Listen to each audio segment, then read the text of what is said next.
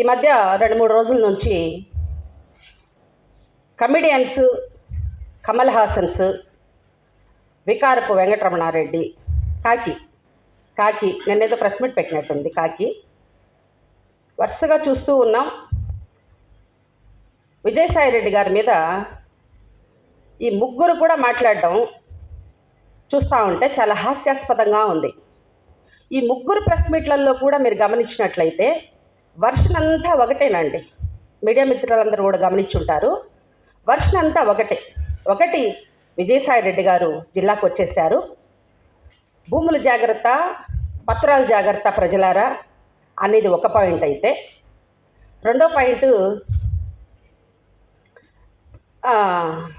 Anaconda వచ్చేసింది, దోచేసుకుంటాడు, ప్రజలందరూ అప్రమత్తంగా ఉండాలి అనే పాయింట్ అయితే, ఇంకా ముగ్గురు కూడా ఓవరాల్గా చూసుకుంటే ఆది దంపతులు విపిఆర్ గారు పెద్ద దాన వీర శూర కర్ణ, విద్యాదానం చేసేస్తున్నారు, వైద్యం అందించేస్తూ ఉన్నారు ఉచితంగా, చాలా సేవా కార్యక్రమాలు చేసేస్తూ ఉన్నారు అని ఈ కమెడియన్స్, ఈ కమల్ హాసన్స్, ఈ వికారపు వెంకటరమణారెడ్డి ముగ్గురు కూడా ఈ మధ్యకాలంలో పెట్టినటువంటి ప్రెస్ మీట్లలో ఈ రెండే పాయింట్లు కనపడుతూ ఉన్నాయి. కాబట్టి నేను మొదటిగా మన శృతి హాసన్కి సమాధానం చెప్తాను, తర్వాత కమల్ హాసన్కి చెప్తాను, తర్వాత వికారపు వెంకటరమణారెడ్డి చిత్తకార్తె కుక్క అనే సామెతను కూడా పలకలేక నిన్న చిత్తకాకి కుక్క అని మాట్లాడుతూ ఉన్నాడు. అయ్యా వెంకటరమణారెడ్డి, నువ్వు కాకిలాగా ఉంటావు, ఒక కాకి మొహం వేసుకొని చిత్తకాకి, నీ మొహాన్ని ఎందుకు పదే చెప్పుకుంటావు? వస్తున్నా, నీ దగ్గరికి వస్తున్నా. ముందు అలా ఆయన చెప్పేసి మూలపేట ఆయనకి, సాయన్నా ఇది వైజాగ్ కాదన్నా, సాయన్నా ఇది నెల్లూరు అన్నా. సాయన్నకి తెలియకుండానే నెల్లూరు వచ్చాడయ్యా, ఇన్షర్ట్ చేసుకో ఉన్నాడు, ఇన్నోసెంట్గా ఉన్నాడు అని మీరు బయట చెప్పడానికి బాగానే ఉంటుంది కదా. వెళ్ళారు అక్కడికి. ఆయన ఇన్సైడ్ వ్యక్తి ఎలా ఉంటారో మీకు తెలుసు కదా.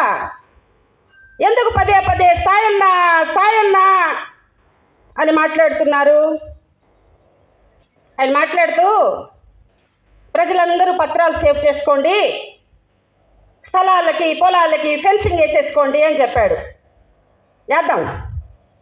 ఇప్పుడు నేను తెచ్చిన సబ్జెక్టు కూడా ఫెన్సింగ్ వేసి ఇరిగేషన్ అధికారులకి, ఎంఆర్ఓ డిపార్ట్మెంట్, రెవెన్యూ డిపార్ట్మెంట్కి, ప్రభుత్వాలకు సంబంధించినటువంటి భూములన్నిటికీ కూడా ఫెన్సింగ్ వేద్దాం.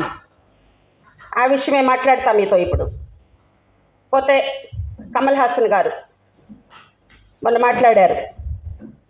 విజయసాయిరెడ్డి గారు, మీరు రాజ్యసభ సీటుకి రిజైన్ చేస్తే ప్రజలు మిమ్మల్ని నమ్ముతారు, లేకపోతే మిమ్మల్ని నమ్మరు, మీరు నిరూపించుకోవాలి నెల్లూరు ప్రజలకి రాజీనామా చేసి అని మాట్లాడాడు కమల్ హాసన్.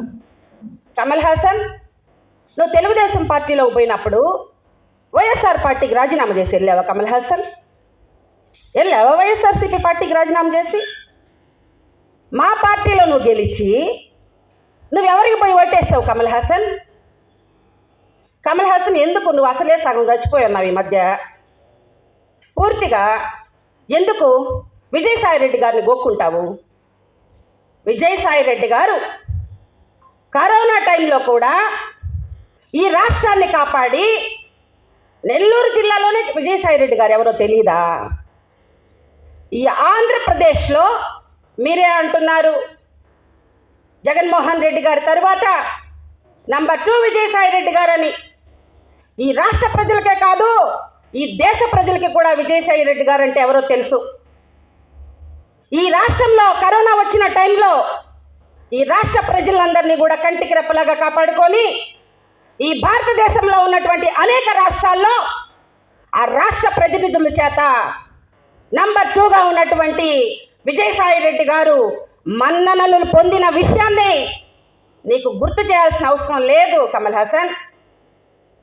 ఏంటి నువ్వు ఉద్యమ నాయకుడిని అని చెప్తా ఉంటావు. ఉద్యమ నాయకులంటే పుచ్చలపల్లి సుందరన్న, తరిమెల్ల నాగిరెడ్డి గారు, అలాంటి వాళ్ళ వారసుల భూముల్ని కూడా నువ్వు కనుపర్తిపాడులో కబ్జా చేసినటువంటి వ్యక్తివి. నువ్వు వెంచర్లు వేసేసి, ఎస్టేట్స్ వేసేసి, అమ్మేసి 1500 కోట్ల దందాని నీ ఆధ్వర్యంలో నువ్వు అవినీతికి పాల్పడి ముఠాని తయారు చేసుకొని ఈ ముఠా వ్యక్తుల ద్వారా ప్రభుత్వ ఆస్తిని దోచుకున్నటువంటి గనుడివి నువ్వు.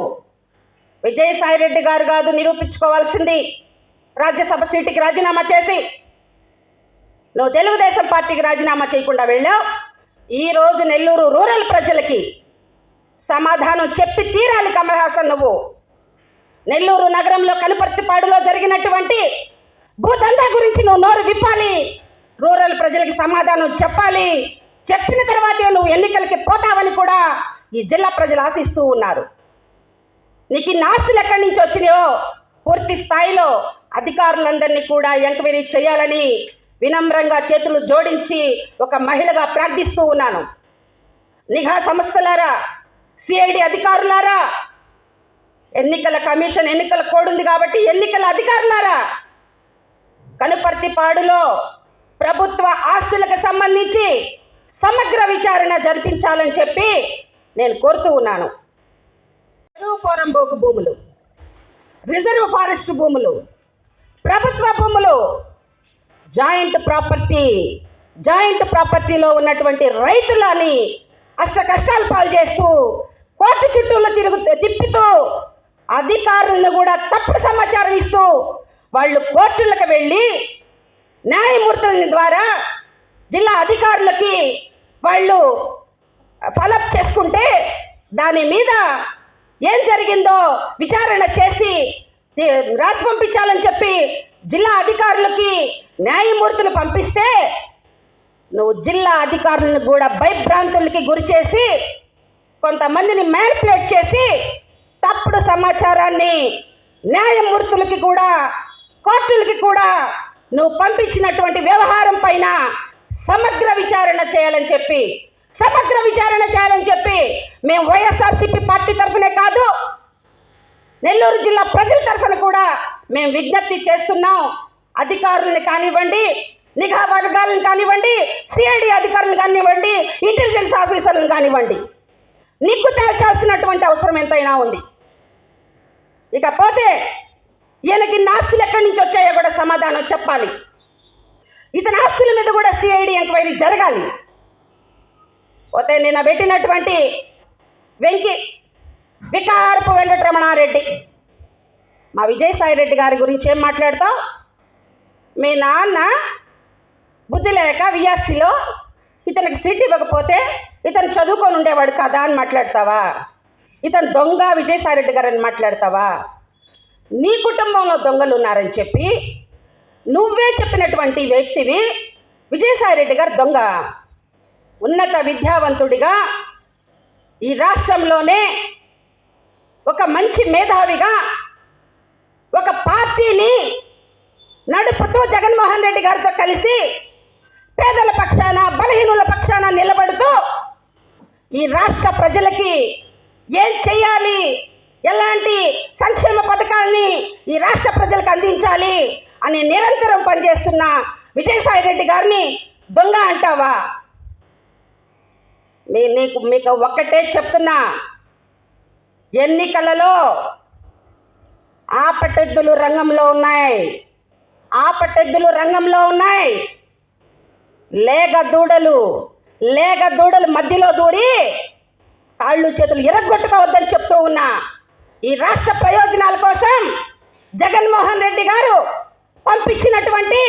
యుద్ధానికి పంపించినటువంటి సైనికుల్లాగా ఈ జిల్లాలో విజయసాయిరెడ్డి గారు పోటీలో ఉన్నారు. ఆపటెద్దుల పోటీలో ఉన్న విషయాన్ని మీరు మర్చిపోవద్దు. మధ్యలో దూరి లేక దూడల్లాగా కాళ్ళు చేతులు ఇరగొట్టుకోవద్దని కూడా నేను మనవి చేస్తూ ఉన్నాను, హెచ్చరిస్తూ కూడా ఉన్నాను. దొంగలు అని 2012లో నువ్వు ఆగమాగం చేసిన విషయము, కనుపర్తిపాడు భూముల విషయంలో ఇరిగేషన్ భూములని, కాలువ భూములని ఆక్రమించుకున్నారని 2012లో నువ్వు ఆ రోజు వైసీపీ పార్టీ నాయకుడిగా ఆనం వెంకటరమణారెడ్డి, నీకే చెప్తున్నా, వింటున్నావు కదా, నువ్వే ఆ రోజు వైసీపీ పార్టీ నాయకుడిగా మీ బాబాయిలు ఇద్దరు, ఆ రోజు రూరల్ ఎమ్మెల్యేగా ఉన్నటువంటి, ఫైనాన్స్ మినిస్టర్గా ఉన్నటువంటి మీ బాబాయిలు దొంగలు అని చెప్పి నువ్వు రచ్చ చేసిన విషయం ఆనాటి పత్రికల్లో, దినపత్రికల్లో వచ్చిన విషయం కాదంటావా వెంకటరమణారెడ్డి? మీ వాళ్ళే దోచుకున్నారని నీ నోటితో చెప్పిన మాట అబద్ధం అంటావా వెంకటరమణారెడ్డి? మా విజయసాయిరెడ్డి గారు భూములు దోచుకునే దానికి వచ్చారా?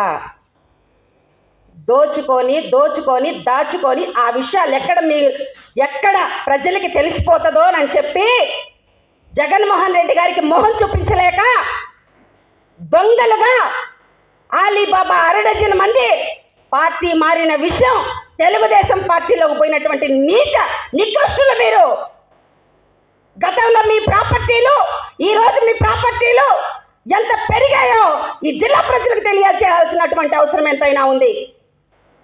మీ దొంగ వేషాలు, మీ కబ్జాకోర్ వ్యవహారాలు జగన్మోహన్ రెడ్డి గారికి తెలిసి మీకు వార్నింగ్ ఇస్తే మీరు తెలుగుదేశం పార్టీలోకి అలీబాబా 6 డజన్ దొంగలందరూ కూడా వెళ్ళిపోయారు. మా పార్టీకి వచ్చిన నష్టమేమీ లేదు.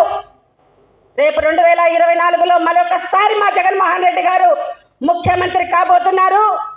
వై నాట్ 175 అని ఈ రాష్ట్రం అంతా కూడా పెద్ద ఎత్తున వైఎస్ఆర్సీపీ పార్టీ అభ్యర్థులే గెలవబోతూ ఉన్నారు. వెంకటరమణారెడ్డి, ఆ రోజు చెరువుకు సంబంధించిన భూములు, కాలువలు కైంకర్యం, ఇరిగేషన్ భూములు ఇవి సుమారు 30 ఎకరాలు. మీడియా మిత్రులారా, మీకు కూడా నేను ఈ పేపర్ కట్టింగ్స్ అన్నీ అందజేస్తానండి. 30 ఎకరాలు మీ బాబాయిలు ఆక్రమించుకొని వెంచరేసి కోట్ల రూపాయలకి అమ్మేస్తున్నారు అని నువ్వు ఆ రోజు కనుపర్తిపాడు భూముల విషయంలో ఆగమాగం చేసిన విషయాన్ని నువ్వు మర్చిపోలేదని అనుకుంటూ ఉన్నా. మీ ఇంట్లో దొంగలు ఉన్నారన్న విషయం నువ్వు ఎప్పుడో బయట పెట్టున్నావు. పోతే ఈ భూముల విషయంలోనే చింతామోహన్ గారు, ఆనాటి ఎంపీ గారు చింతామోహన్ గారు, కలెక్టర్ గారు అయినటువంటి శ్రీధర్ గారితో జరుగుతున్నటువంటి అన్యాయం మీద గోల్డెన్ జూబ్లీ హాల్లో ఆయన కలెక్టర్ గారి దృష్టికి తీసుకొని పోతే కలెక్టర్ శ్రీధర్ గారు బిలాంగ్స్ టు గవర్నమెంట్ ప్రాపర్టీ అని చెప్పి బోర్డు పెట్టించిన విషయం ఈ జిల్లా ప్రజలందరికీ కూడా తెలుసు. మరిన్ని అప్డేట్స్ కోసం మన HN9 టీవీ ఛానల్ని సబ్స్క్రైబ్ చేసుకోండి.